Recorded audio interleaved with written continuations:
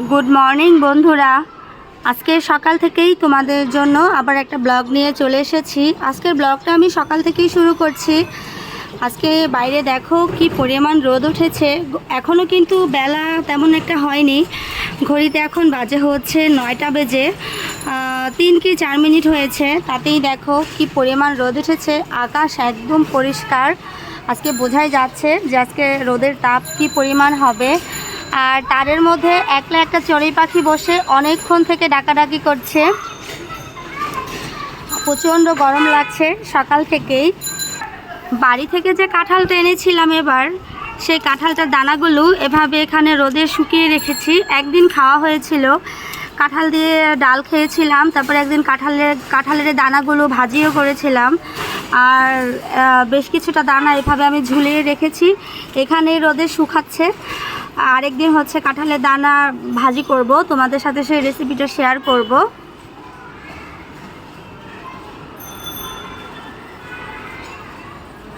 আজকে বাইরের পরিবেশটা কিন্তু মোটামুটি ভালো, একটু গরম বেশি, কিন্তু বেশ একটা চকচকে ঝকঝকে রোদ উঠেছে সকালবেলা করেই। এখন যাই হালকা কিছু নাস্তা বানিয়ে নেই। তোমাদের দাদা আজকে সারাদিন বাসাতেই আছে। নাস্তা বানাতে যাব সেই মুহূর্তেই এই সিলেটটাকে নিয়ে এসেছে, এটাকে আবার ভেঙেছে। মেলা থেকে সিলেটটা কিনে দিয়েছিলাম, মোটামুটি বেশ ভালোই কাজে লাগলো। ছেলেটা তো একটু আঁকিবুকি করে, যে আঁকিবুকি করে রেখেছে, তো এই জিনিসটা বারবার হচ্ছে খুলে যায়। তো সকালবেলা এখন হচ্ছে যাব নাস্তা বানাতে, সেই সময় এটা নিয়ে এসেছে। এসে বলছে যে আমাকে একটু এটা ঠিক করে দাও। দেখি কতটুকু কি পারি ঠিক করতে। এই তো এটা ঠিক হয়ে গেছে। এই জিনিসটা হচ্ছে খুলে যায় বারবার করে, এটাকে বারবার লাগিয়ে দিতে হয়। এই যে লেখাগুলো কি সুন্দর করে মুছে যাচ্ছে। নাও বাবা, নাও তুমি একটু লেখালেখি করো, একটু সুন্দর করে এটাতে লেখো তো। এগুলো কি লিখতেছো? খুব সুন্দর হইতেছে তো লেখাটা, খুব সুন্দর তো। বাহ, খুব সুন্দর তো। নাস্তায় কিন্তু আমাদের প্রত্যেক দিন রুটি খাওয়া হয় না, কোনো কোনো দিন আমি ভাতও খাই। এই যেমন ধরো কালকে কিন্তু সকালের নাস্তায় আমি খেয়েছিলাম হচ্ছে বৌয়া ভাত করেছিলাম, যেটা আমাদের মুন্সিগঞ্জের একটা বিখ্যাত খাবার। বৌয়া ভাতের সাথে কালকে ঝাল ঝাল করে শুকনা মরিচ দিয়ে করেছিলাম হচ্ছে আলু ভর্তা, যেটা খেতে অনেক বেশি টেস্টি হয়েছিল। আর সাথে তোমাদের দাদাকে একটা ডিম ভাজা করে দিয়েছিলাম। তো আজকে আর মনে হলো যে হালকা কিছু করি। আর আজকে হালকা কিছু বলতে বানাবো হচ্ছে রুটি বানাবো, তরকারি রয়েছে সেটাকেও গরম করে নিয়েছি। আর তোমাদের দাদার জন্য একটা ডিম ভাজা। তো ডিমটা আমার আবার রেগুলার খেতে তেমন একটা বেশি ভালো লাগে না, মাঝে মাঝে আমি খাই। ডিম কেন যেন অভক্তি লাগে আমার ডিমটার প্রতি, খেতে খেতে আসলে তেমন একটা বেশি ভালো লাগে না। আর রুটিটা হয় আমার মোটামুটি, তেমন একটা ভালো বানাতে পারি না, খাওয়া যায় আর কি, হয় মোটামুটি রুটিটা। তো আজকে হচ্ছে এখানে রুটি বানিয়ে নিচ্ছি। আর রুটিগুলোকে আমি কাই খুলে নিয়েছি অনেক আগেই। আর এখানে একটা রুটি আমি বেলেও নিলাম।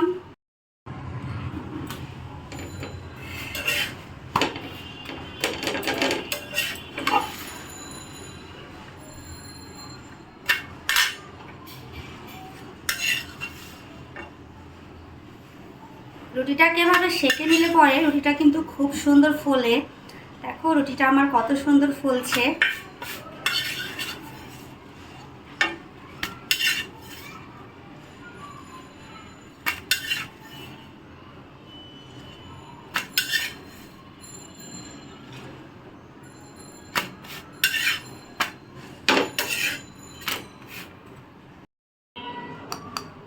আমার কিন্তু রুটি ভাজাটা কমপ্লিট হয়ে গেছে।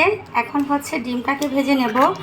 আচ্ছা, অনেকেই কিন্তু আছে যারা হচ্ছে সকালবেলা রুটির চাইতে পরোটা খেতে বেশি পছন্দ করে, কিন্তু আমার কাছে কেন জানি মনে হয় যে সকাল থেকেই বেশ চুবু চুবু করে একদম পরোটা দিয়ে ডিম ভাজা খাবো, সেটা চাইতে মনে হয় রুটিটাই একটু বেশি ভালো খেতে। কারণ সকালবেলা অতগুলো তেলে ভাজা জিনিস খেতে আমার একেবারেই পছন্দ না। আর উৎস চলে এসেছে এখানে ডিমটাকে নাড়া দেওয়ার জন্য। এই ডিমটা বাবার জন্য ভাজছি, ছেলের জন্য একটা করব। আর উৎস হচ্ছে ডিম এভাবে ফাটিয়ে দিলে পরে ডিম সব কিছু দিয়ে মাখাতে কিন্তু অনেক বেশি পছন্দ করে।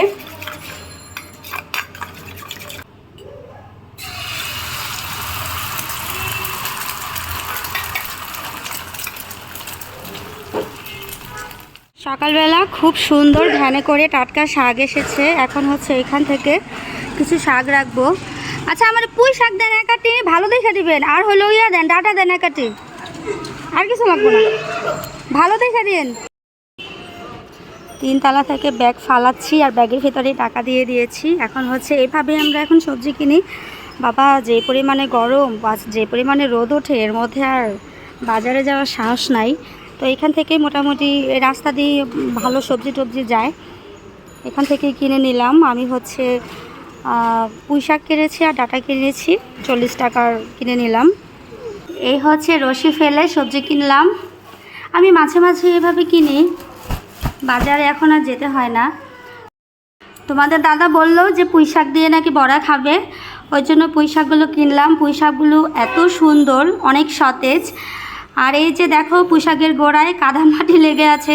তোমাদের দাদা গ্রামকে এত বেশি মিস করে, এই মাটিগুলো দেখে বলছিল যে কোন গ্রামের মাটি এখানে এসেছে। মাটিগুলো দেখে খুব ভালো লাগছে, গ্রামের কথা মনে পড়ছে। তো যাই হোক, আমরা যাব খুব শীঘ্রই, আবার বাড়িতে বেড়াতে যাব। সামনে ঈদ আসছে, ঈদে যাব। আর এই হচ্ছে ডাঁটা শাক। ডাঁটা শাকগুলোও খুব ভালো, একদম টাটকা সতেজ। তো এই পুঁই শাকটা দিয়ে বড়া খাবো, আর ডাঁটা দিয়ে হচ্ছে মুগ ডাল দিয়ে খাবো।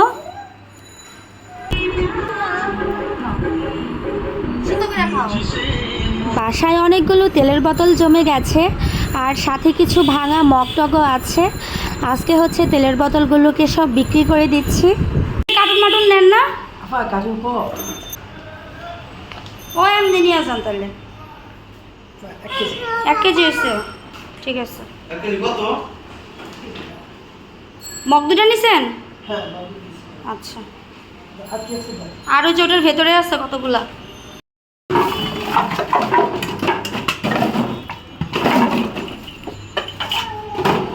না না না, ওগুলো না, ওগুলো থাক, শুধু বোতল টতলই নেন।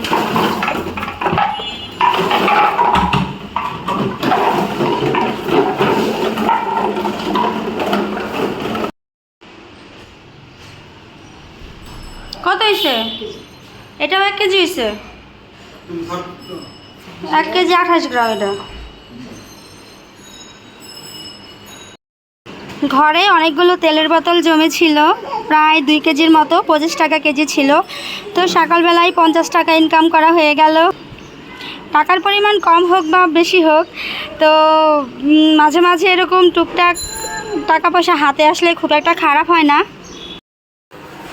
এরই মধ্যে আমার স্নান টান কমপ্লিট করা হয়ে গেছে, এখনও রান্না করা বাকি। আর কি পরিমাণ গরম পড়েছে দেখো, মাত্র 5 মিনিট হলো স্নান করে বের হয়েছি, এর মধ্যেই একদম দরদর করে ঘামছি। প্রচুর গরম পড়েছে আজকে, প্রচুর রোদ উঠেছে।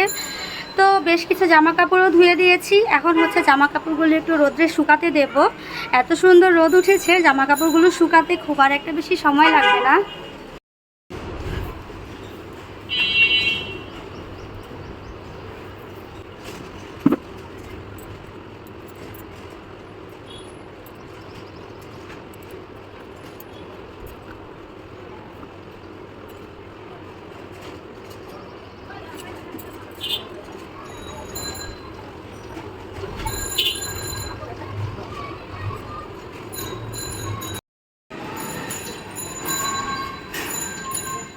জামা কাপড়গুলো রোদ্রে শুকাতে দিয়ে চলে এসেছি রান্না করার জন্য। ছেলেটা ঘুমিয়েছে, এই সুযোগে এখন যদি রান্না না করে নিতে পারি তাহলে কিন্তু আমাকে বেশ ঝামেলায় পড়তে হবে।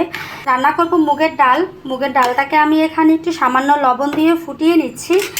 আর এই মুগের ডালটা আজকে রান্না করব কাঁঠালের দানা, তারপরে এটা দিয়েছি হচ্ছে সজনে ডাঁটা, আর দিয়েছি হচ্ছে ডাঁটা, সব কিছু দিয়ে মুগের ডালটা রান্না করব। আর সেই সাথে আজকে রান্না করব তাল বেগুন আছে, এই তাল বেগুনটাকে ভাজবো বেসন দিয়ে। সকালে 2 পিস তোমাদের দাদাকে ভেজে দিয়েছি, সকালে 2 পিস খেয়েছে।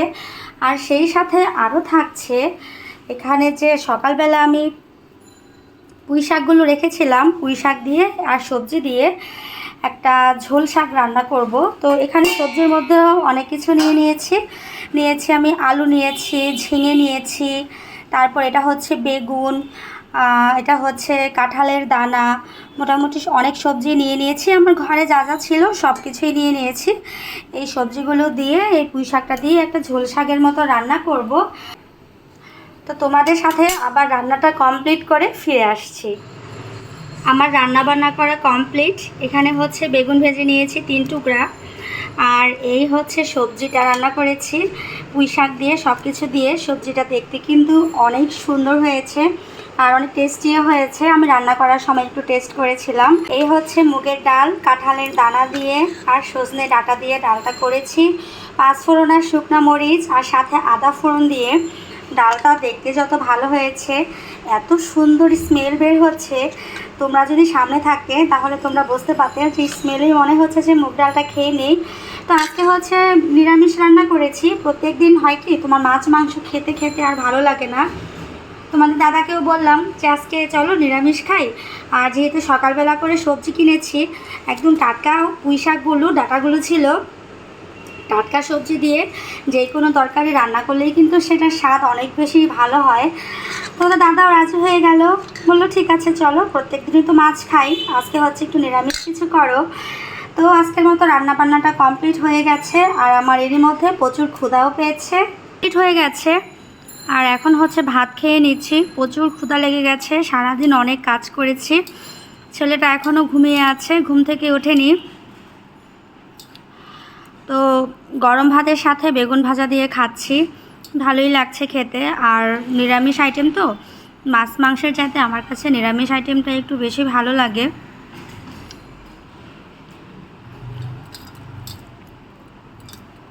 অনেক ক্ষুধাও পেয়ে গিয়েছিল।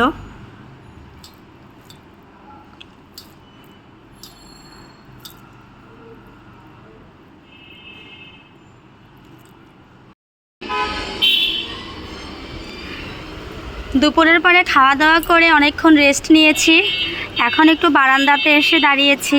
আর আমার সম্পূর্ণ বাসাটাতে এই বারান্দাতে আসলে আমার সব থেকে বেশি ভালো লাগে। এই বারান্দাটা হচ্ছে আমার সব থেকে বেশি পছন্দের জায়গা। আকাশ কিন্তু আজকে মোটামুটি পরিষ্কার, সাদা সাদা মেঘ ভেসে বেড়াচ্ছে। আর এই সাইডটা হচ্ছে আমার বাসার পশ্চিম দিক। কিছুক্ষণ আগে সূর্য অস্ত গেল, ওই পাশটা পুরো লাল হয়ে আছে, হলুদ বর্ণ, সূর্যের যে আভা সেটা হচ্ছে বোঝা যাচ্ছে। তো বিকেলবেলা যখন আর করার মতো কোনো কাজ থাকে না, তখন হচ্ছে বারান্দাতে এসে দাঁড়িয়ে থাকি। এই বারান্দাতে আসলে একটু বেশি নয়েজ পাওয়া যায়, কারণ যেহেতু বাসার নিচে হচ্ছে রাস্তা। আর দেখো অলরেডি কিন্তু জ্যাম বেঁধে গেছে, যার কারণে একটু গাড়ির নয়েজটা বেশি আসে। আর তোমরা সবসময় দেখবে যখন আমি আমার ভিডিওতে ভয়েস দেই তখনও প্রচুর গাড়ির সাউন্ড আসে। এই হচ্ছে অবস্থা। তো দাঁড়িয়ে আছি অনেকক্ষণ হলো বারান্দাতে, মনে হলো যে তোমাদের একটু দেখাই বিকেলটা আমি কিভাবে কাটাই। ভীষণ ভালো লাগে বারান্দাতে এসে দাঁড়ালে, আমার ভীষণ ভালো লাগে।